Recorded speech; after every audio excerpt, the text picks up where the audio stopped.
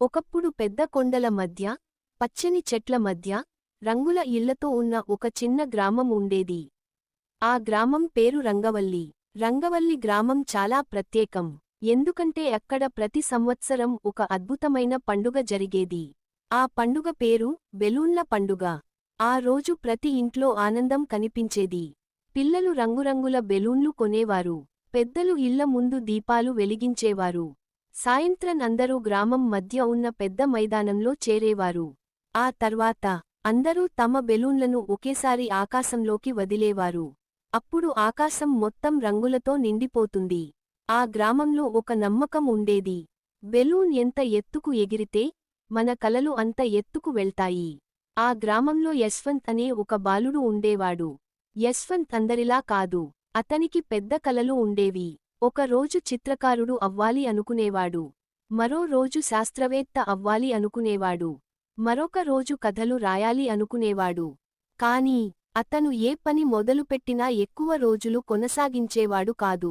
కొత్త పని మొదలు పెట్టడం అతనికి చాలా ఇష్టం. కాని పూర్తిచేయడం మాత్రం కష్టం. పుస్తకం చదవడం మొదలుపెడతాడు. కొన్ని రోజులకు మానేస్తాడు. చిత్రం వేయడం మొదలుపెడతాడు. అరలోపే వదిలేస్తాడు. అతనికి ఒక భయం మొదలైంది. నేను ఏదీ పూర్తిగా చేయలేనేమో. ఆ ఆలోచన రోజురోజుకీ పెరుగుతోంది. ఒక రోజు స్కూల్లో టీచర్ ఒక పని ఇచ్చింది. ఒక నెలపాటు ప్రతిరోజూ ఒక చిన్న చిత్రం వేయాలి. అందరూ సంతోషపడ్డారు. యశ్వంత్ కూడా మొదటి రోజు చాలా ఉత్సాహంగా ప్రారంభించాడు. రెండో రోజు చేశాడు. మూడో రోజు చేశాడు. నాలుగో రోజు అతనికి ఆసక్తి తగ్గిపోయింది. ఐదో రోజు పుస్తకం మూసేశాడు. వారం తర్వాత టీచర్ అడిగింది, యశ్వంత్, నీ పని? అతను నిశ్శబ్దంగా నిలబడ్డాడు. టీచర్ కోపపడలేదు. కేవలం ఒక మాట చెప్పింది, కొన్ని కలలు ఎగరవు, ఎందుకంటే మనమే వాటిని మధ్యలో వదిలేస్తాం. ఆ మాట యశ్వంత్ మనసులో ఉండిపోయింది. ఆ రోజు ఇంటికి వచ్చి అతను చాలాసేపు ఒంటరిగా కూర్చున్నాడు. తనలో తానే ఆలోచించాడు, నాలో ఏదో తప్పు ఉందా? ఆ రాత్రి అతనికి నిద్ర రాలేదు. ఇంటి పైకప్పుపైకి వెళ్లాడు. చంద్రుడు కనిపిస్తున్నాడు. గాలి నెమ్మదిగా వీచుతోంది. అక్కడ పాత పెట్టెలు కనిపించాయి. అతను వాటిని తెరవడం మొదలుపెట్టాడు. ఒక పెట్టెలో పాత బొమ్మలు, ఇంకో పెట్టెలో పుస్తకాలు. చివర్లో ఒక చిన్న కలప పెట్టె కనిపించింది. అది చాలా పాతది. పైన దుమ్ము పట్టి ఉంది. అతను నెమ్మదిగా తెరిచాడు. లోపల ఒక ఎర్ర రంగు బెలూన్ కనిపించింది. చాలా పాతదిగా ఉంది. కానీ చిట్లిపోలేదు. దానిమీద చిన్న అక్షరాల్లో ఇలా రాసి ఉంది, నన్ను ఎగరడం గుర్తుచేయి. యశ్వంత్ నవ్వుకున్నాడు. బెలూన్ కూడా ఎగరడం మర్చిపోతుందా? అతను బెలూన్కు గాలి నింపాడు. గాలి నిండింది. అతను వదిలాడు. కానీ బెలూన్ నేల మీదే ఉంది. మళ్ళీ ప్రయత్నించాడు. అదే జరిగింది. అప్పుడే ఒక చిన్న శబ్దం వినిపించింది. మొదట గాలి అనుకున్నాడు. మళ్ళీ వినిపించింది, నన్ను అంత త్వరగా వదిలేయకు. యశ్వంత్ ఒక్కసారిగా చుట్టూ చూశాడు. ఎవరూ లేరు. మళ్ళీ శబ్దం వచ్చింది. ఇక్కడ. అతను కింద చూశాడు. ఆ శబ్దం బెలూన్ నుంచే వస్తోంది. యశ్వంత్ నిశ్శబ్దంగా నిలబడ్డాడు. అతనికి భయం వేసింది. బెలూన్ మెల్లగా చెప్పింది, భయపడకు. కొన్ని క్షణాలు ఎవరూ మాట్లాడలేదు. తర్వాత బెలూన్ అడిగింది, నువ్వు కూడా మధ్యలో వదిలేస్తావా? యశ్వంత్ ఆశ్చర్యపోయాడు. నీకు ఎలా తెలుసు? బెలూన్ మెల్లగా నవ్వింది. ఎందుకంటే నేను అలాగే అయ్యాను. యశ్వంత్ అర్థం కాక చూస్తున్నాడు. అప్పుడు బెలూన్ చెప్పింది, నేను ఎప్పుడో చాలా ఎత్తుకు ఎగిరేదాన్ని. ఒక రోజు ఎగరడం మానేశాను. నెమ్మదిగా ఎలా ఎగరాలో మర్చిపోయాను. యశ్వంత్ అడిగాడు, ఎందుకు? కొన్ని క్షణాలు నిశ్శబ్దం. తర్వాత బెలూన్ చెప్పింది, ఎవరైనా నన్ను వదిలేస్తేనే నేను ఎగరగలను. కాని అందరూ నన్ను దాచేశారు. ఆ మాట యశ్వంత్కు అర్థం కాలేదు. బెలూన్ మళ్ళీ చెప్పింది, నన్ను మళ్ళీ ఎగరించాలంటే 3 జ్ఞాపకాలు తిరిగి తెచ్చుకోవాలి. ధైర్యం, ఓపిక, నమ్మకం. యశ్వంత్ అడిగాడు, అవి ఎక్కడ దొరుకుతాయి? బెలూన్ చెప్పింది, నువ్వే కనుక్కోవాలి. రేపు ఉదయం సూర్యుడు ఉదయించిన తర్వాత ప్రయాణం మొదలుపెట్టు. ఆ రాత్రి యశ్వంత్కు నిద్ర రాలేదు. ఇది నిజమా, కలనా? అతనికి అర్థం కాలేదు. ఉదయం వచ్చింది. బెలూన్ ఇంకా అక్కడే ఉంది. అది నిజమే. అతను చిన్న బ్యాగ్ తీసుకున్నాడు. నీళ్లు తీసుకున్నాడు. బెలూన్ చేతిలో పట్టుకున్నాడు. ప్రయాణం మొదలుపెట్టాడు. గ్రామం బయట ఒక చిన్న దారి ఉంది. అతను ఎప్పుడూ వెళ్ళలేదు. ఈరోజు వెళ్ళాడు. కొంతసేపు నడిచాడు. ఒక కొండ దగ్గరకు చేరుకున్నాడు. అక్కడ ఒక విచిత్రమైన విషయానికి కనిపించింది. ఒక చిన్న పిల్లి చెట్టు మీద చిక్కుకుంది. కింద చాలామంది నిలబడ్డారు. అందరూ మాట్లాడుతున్నారు. కాని ఎవరూ సహాయం చేయడం లేదు. యశ్వంత్ దగ్గరకు వెళ్ళాడు. అతనికి భయం వేసింది. చెట్టు చాలా ఎత్తుగా ఉంది. అప్పుడే బెలూన్ మెల్లగా చెప్పింది, ఇది నీ మొదటి జ్ఞాపకం. యశ్వంత్ నిశ్శబ్దంగా నిలబడ్డాడు. అతని గుండె వేగంగా కొట్టుకుంటోంది. అతను ఒక అడుగు ముందుకు వేశాడు. యశ్వంత్ చెట్టు ముందు నిలబడి ఉన్నాడు. పైన చిన్న పిల్లి భయంతో అరుస్తోంది. కింద ఉన్నవాళ్లు మాట్లాడుతున్నారు. కాని ఎవరూ ముందుకు రావడం లేదు. యశ్వంత్ చేతిలో ఉన్న ఎర్ర బెలూన్ గాలిలో నెమ్మదిగా ఊగుతోంది. అప్పుడే ఆ బెలూన్ మెల్లగా చెప్పింది, ఇది నీ మొదటి జ్ఞాపకం. యశ్వంత్ అర్థం కాక నిలబడ్డాడు. అతనికి భయం ఉంది. చెట్టు ఎత్తుగా ఉంది. తాను పడిపోతానేమో అనిపించింది.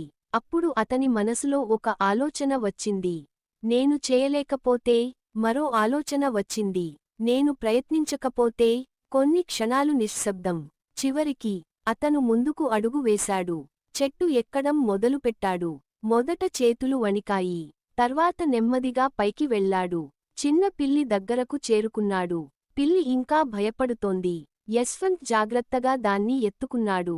నెమ్మదిగా కిందికి దిగాడు. అందరూ చప్పట్లు కొట్టారు. పిల్లి పరుగెత్తి వెళ్ళిపోయింది. యశ్వంత్ ఊపిరి పీల్చుకున్నాడు. అప్పుడు అతని చేతిలో ఉన్న బెలూన్ కొంచెం పైకి లేచింది. యశ్వంత్ ఆశ్చర్యపోయాడు. బెలూన్ మెల్లగా చెప్పింది, ధైర్యం అంటే భయం లేకపోవడం కాదు. భయం ఉన్నా ముందడుగు వేయడం. యశ్వంత్ బెలూన్ వైపు చూసి నవ్వాడు. ప్రయాణం కొనసాగింది. వారు ముందుకు నడిచారు. సూర్యుడు మధ్యాకాశానికి చేరుకున్నాడు. కొంతసేపటి తర్వాత ఒక పెద్ద నది కనిపించింది. నది పక్కన ఒక వృద్ధుడు కూర్చుని ఉన్నాడు. అతని చేతిలో ఒక చిన్న వల ఉంది. అతను చాలా ప్రశాంతంగా నీటిని చూస్తున్నాడు. యశ్వంత్ దగ్గరకు వెళ్ళాడు. గంటలుగా ఎదురు చూస్తున్నట్టు కనిపించింది. కానీ చేపలు లేవు. యశ్వంత్ ఆశ్చర్యపోయాడు. అంతసేపు ఎలా కూర్చుంటాడు? అతను చూస్తూ ఉండిపోయాడు. ఒక గంట, ఇంకో గంట, ఇంకా చేప లేదు. యశ్వంత్ విసిగిపోయాడు. అతను లేచి వెళ్ళిపోవాలని అనుకున్నాడు. అప్పుడు వృద్ధుడు చిరునవ్వు నవ్వాడు. అతను ఏమీ మాట్లాడలేదు. కేవలం వలను మళ్లీ నీటిలో వేశాడు. మరికొంతసేపటి తర్వాత ఒక పెద్ద చేప పట్టబడింది. వృద్ధుడు ఆనందంగా నవ్వాడు. అప్పుడే యశ్వంత్కు అర్థమైంది. ఫలితం వెంటనే రాకపోయినా ఎదురు చూడగలిగినవాడే గెలుస్తాడు. అప్పుడే బెలూన్ ఇంకొంచెం పైకి వెళ్ళింది. బెలూన్ చెప్పింది, రెండో జ్ఞాపకం, ఓపిక. యశ్వంత్ నిశ్శబ్దంగా నిలబడ్డాడు. అతను తన గురించి ఆలోచించాడు. తాను ఎన్నో పనులు ఎందుకు వదిలేశాడు? ఫలితం వెంటనే రాలేదనే కదా. ప్రయాణం మళ్లీ మొదలైంది. సాయంత్రం సమయం. వారు అడవిలోకి చేరుకున్నారు. అక్కడ ఒక విచిత్రమైన దృశ్యం కనిపించింది. ఒక చిన్న పక్షి నేల మీద ఉంది. అది ఎగరడానికి ప్రయత్నిస్తోంది. కొంచెం పైకి లేస్తోంది. మళ్లీ పడిపోతోంది. మళ్లీ లేస్తోంది. మళ్లీ ప్రయత్నిస్తోంది. యశ్వంత్ చాలా సేపు చూస్తున్నాడు. అది ఆపడం లేదు. పడిపోయినా మళ్లీ లేస్తోంది. కొంతసేపటి తర్వాత ఆ పక్షి ఒక్కసారిగా గాల్లోకి ఎగిరిపోయింది. చిన్నగా, తర్వాత ఇంకా ఎత్తుకు, తర్వాత ఆకాశంలో కనిపించకుండా పోయింది. యశ్వంత్ కళ్లలో వెలుగు వచ్చింది. అతనికి అర్థమైంది. నమ్మకం అంటే ఒక్కసారి గెలవడం కాదు, ఎన్నిసార్లు పడిపోయినా మళ్లీ ప్రయత్నించడం. అప్పుడే ఎర్ర బెలూన్ ఒక్కసారిగా గాల్లోకి ఎగిరింది. ఇప్పుడు అది పూర్తిగా తేలుతోంది. గాలి లేకపోయినా అది ఆకాశం వైపు వెళ్తోంది. యశ్వంత్ ఆశ్చర్యంగా చూస్తున్నాడు. బెలూన్ వెలుగులు ఇవ్వడం మొదలుపెట్టింది. అది నెమ్మదిగా మాట్లాడింది. ఇప్పుడు నాకు గుర్తొచ్చింది. యశ్వంత్ అడిగాడు, ఏమి గుర్తొచ్చింది? కొన్ని క్షణాలు నిశ్శబ్దం. తర్వాత బెలూన్ చెప్పింది, నేను నిజానికి బెలూన్ కాదు. యశ్వంత్ ఆశ్చర్యపోయాడు. బెలూన్ మెల్లగా వెలుగుగా మారింది. నేను నీలో దాక్కున్న కల. నువ్వు మధ్యలో వదిలేసిన ప్రతి పని నన్ను నేలపై పడేసింది. నువ్వు ప్రయత్నించిన ప్రతిసారీ నేను మళ్లీ గాల్లోకి లేచాను. యశ్వంత్ కళ్లలో నీళ్లు వచ్చాయి. అతను ఒక్కసారిగా అర్థం చేసుకున్నాడు. సమస్య తనలో ప్రతిభ లేకపోవడం కాదు, మధ్యలో ఆపేయడం. అతను ఎన్నో పనులు మొదలుపెట్టాడు. కాని వాటికి సమయం ఇవ్వలేదు. తనపై నమ్మకం పెట్టుకోలేదు. అప్పుడు ఆ వెలుగు మెల్లగా ఆకాశంలోకి వెళ్లడం మొదలుపెట్టింది. వెళ్లేముందు చివరిగా ఒక మాట చెప్పింది. ఎప్పుడైనా నీ కల మళ్లీ నేలపై పడితే దాన్ని వదిలేయకు. మళ్లీ ఎగరడం గుర్తుచేయి. వెలుగు మెల్లగా మాయమైంది. యశ్వంత్ ఒంటరిగా నిలబడ్డాడు. కాని ఈసారి అతను ఖాళీగా లేడు. అతని లోపల ఏదో మారింది. అతను ఇంటికి తిరిగి వచ్చాడు. తర్వాతి రోజు అతను ఆగిపోయిన చిత్ర పుస్తకం తెరిచాడు.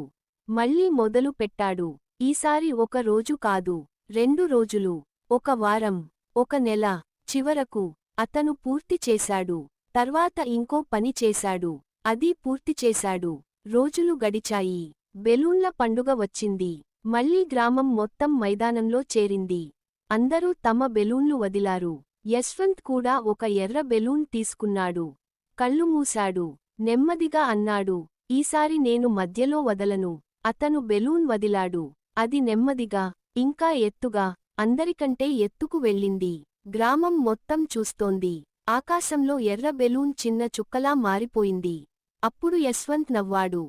అతనికి ఇప్పుడు తెలుసు, బెలూన్ ఎగరలేదు, తన కల ఎగిరింది. నీతి: కలలు నిజం కావడానికి ప్రతిభ ఒక్కటే సరిపోదు, ధైర్యం, ఓపిక, నమ్మకం కూడా అవసరం. మరియు ఎగరడం మర్చిపోయింది బెలూన్ కాదు, మనమే.